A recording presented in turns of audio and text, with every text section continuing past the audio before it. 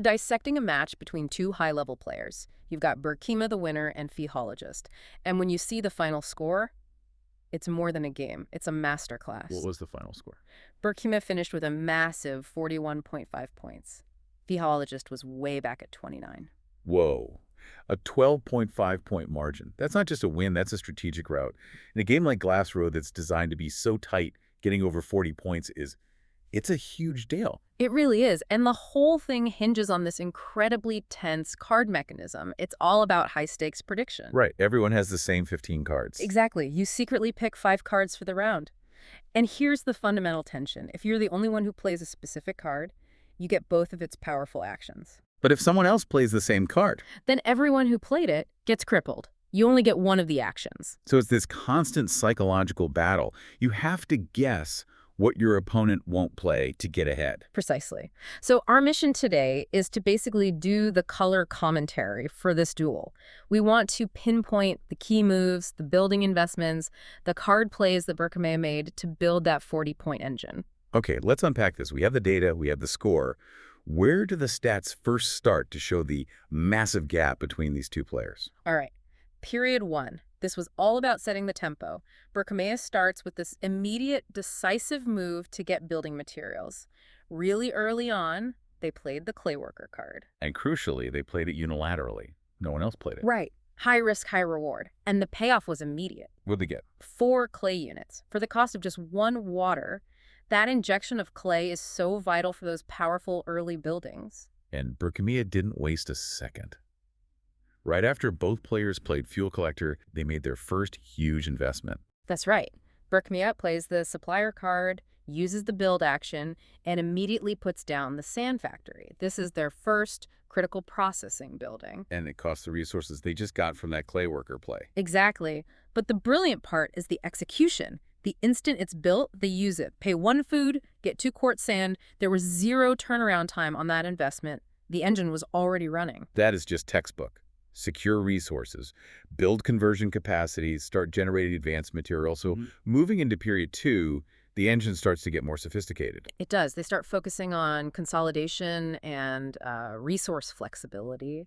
And the key structure here is the office. The office is such a clever building. Explain what it does. It's pure flexibility. It lets you discard a building tile you don't want, basically a dead card in your supply, and trade it for one basic good, any basic good you want. So it's a built-in safety valve. It lets Berkemia turn junk into exactly what they need, like water or charcoal. Precisely. Right. And we see them use this over and over again in the late game. At the same time, they're maximizing their land. They play Forest Manager, place a grove. And then And then they immediately use the card's second action to harvest 3 food from that brand new grove.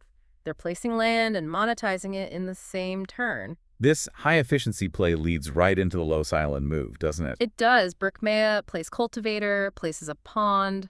Just 2 moves later, they build Lois Island.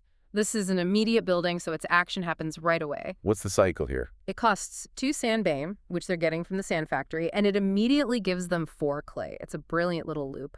Sand production feeds clay construction. Okay, so mid-game, we hit this massive resource burst that really set them up for the final stretch. Tell us about the winery. Ah, the winery. It's an expensive, immediate building costs. Glass, brick, clay, but its power is incredible. It lets you catch in your land, right? That's it. It lets you remove groves from your landscape to gain 3 food and 1 wood. And we see Berkemea use this thing twice, back to back. So they clear 2 groves, and in return, they get. A massive stockpile. 6 food and 2 wood. They are just converting land into goods at peak efficiency. That single move basically secured their fuel supply for the rest of the game. So periods 3 and 4 are less about building the engine and more about just running it. It's all about victory point manufacturing now. We see this relentless activation of their buildings.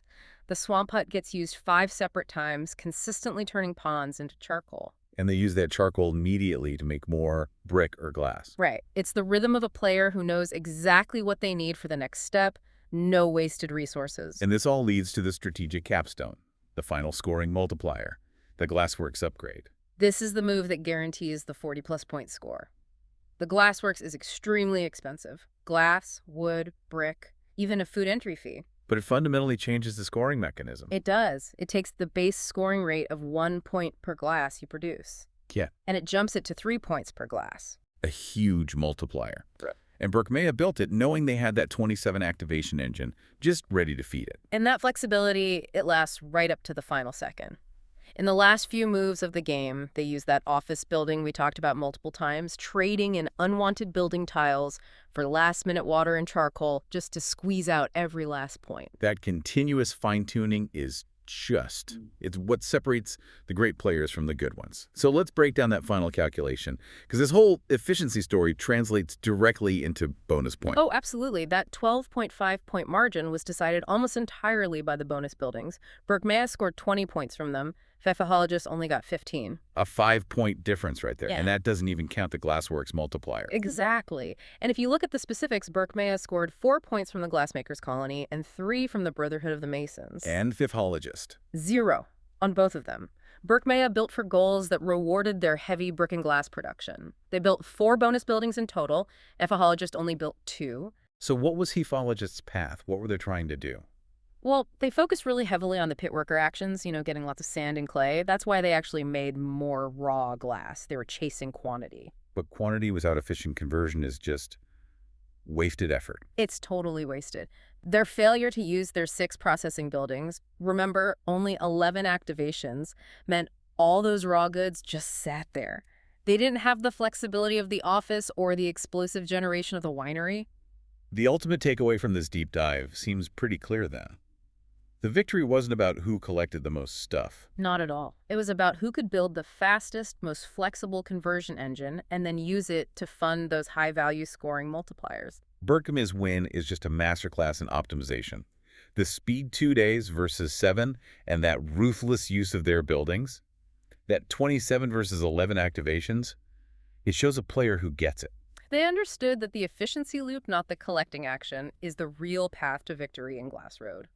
It's the difference between having the tools and, knowing how to use them nonstop. Right. Which it raises an interesting question for you to think about as you look at this data. We know the average winner in this game activates their processing tiles about 7 times. Berkmea hit 27. Almost 4 times the average. Exactly. So when you're evaluating this win, which factor was more anomalous?